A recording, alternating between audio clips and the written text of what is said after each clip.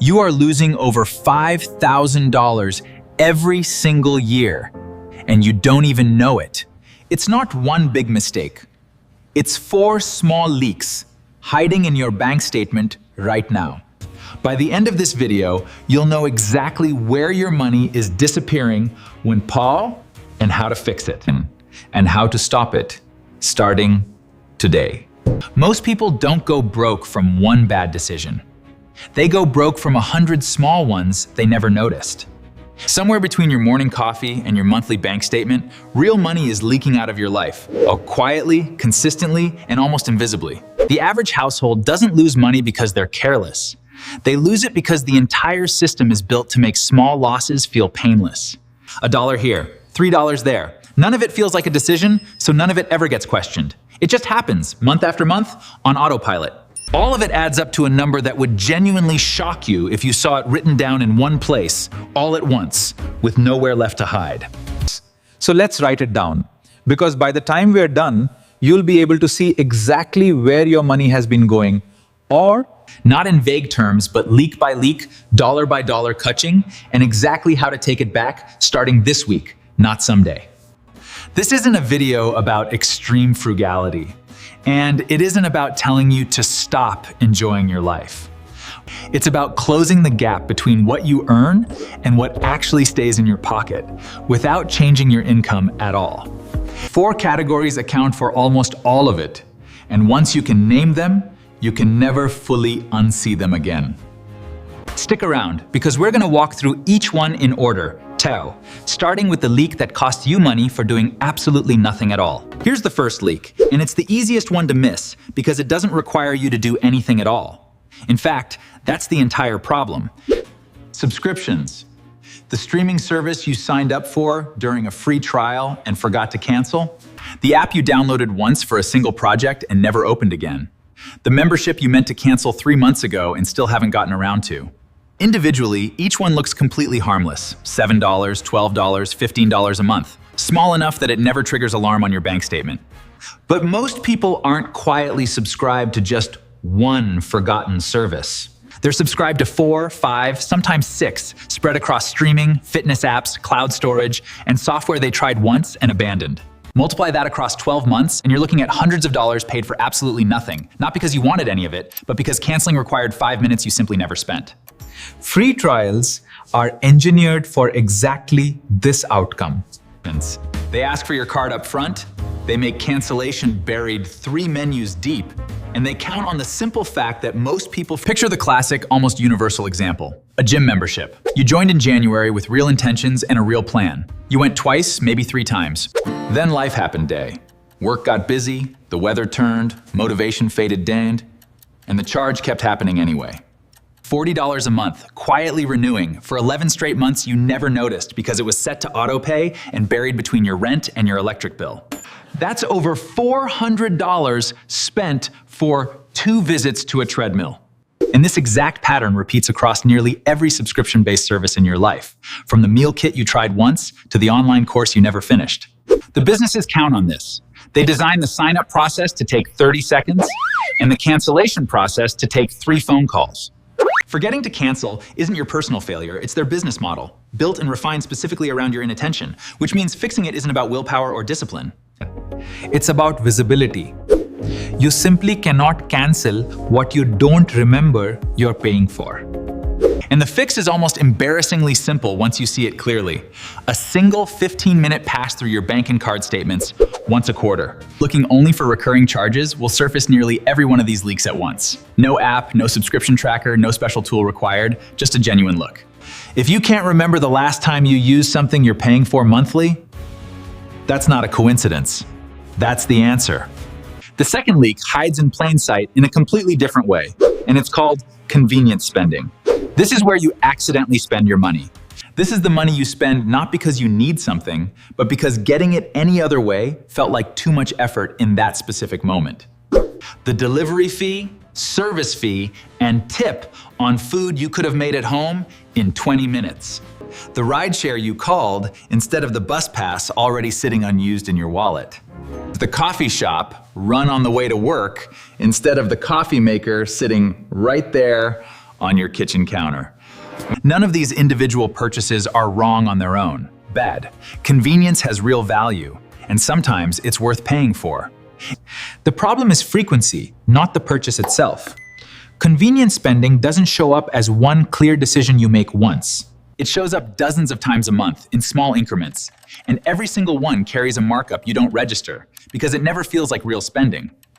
It feels like a small treat, a reasonable trade of money for time, and in isolation, it usually is. The trouble starts when occasionally quietly becomes the default, and you stop noticing the shift ever happened at all. Ask yourself honestly, of the last 10 times you chose the more convenient option, how many were a genuine emergency, and how many were just habit wearing an emergency's clothing? Let's actually do the math nobody wants to sit down and do. A $5 coffee bought 5 days a week is over $1,100 a year. Honor, not counting the pastry you add half the time. Add just 2 food delivery orders a week with delivery fees, service charges, and tips built in, and you can easily double that number without ever noticing a single large purchase. This isn't a case for never enjoying convenience again. And it's not about guilt over a cup of coffee. It's about noticing how often just this once has quietly become every single day, without you ever making that decision on purpose. The goal isn't deprivation, it's awareness. And with awareness comes freedom. Because the moment you can actually see the pattern laid out in front of you, you get to choose which parts of it you genuinely want to keep and which parts were simply happening to you by default. Some people cut the delivery apps entirely. Others keep them, but only for one night a week, on purpose, and redirect the rest. Neither choice is wrong. The only wrong option is never doing the math at all and letting the total quietly decide itself. Write the number down before you decide anything. Most people find that seeing the annual total in full changes the decision far more effectively than any amount of guilt ever could. The third leak is the one that stings the most, because unlike the first two, it's the most obviously avoidable in hindsight. Poor planning.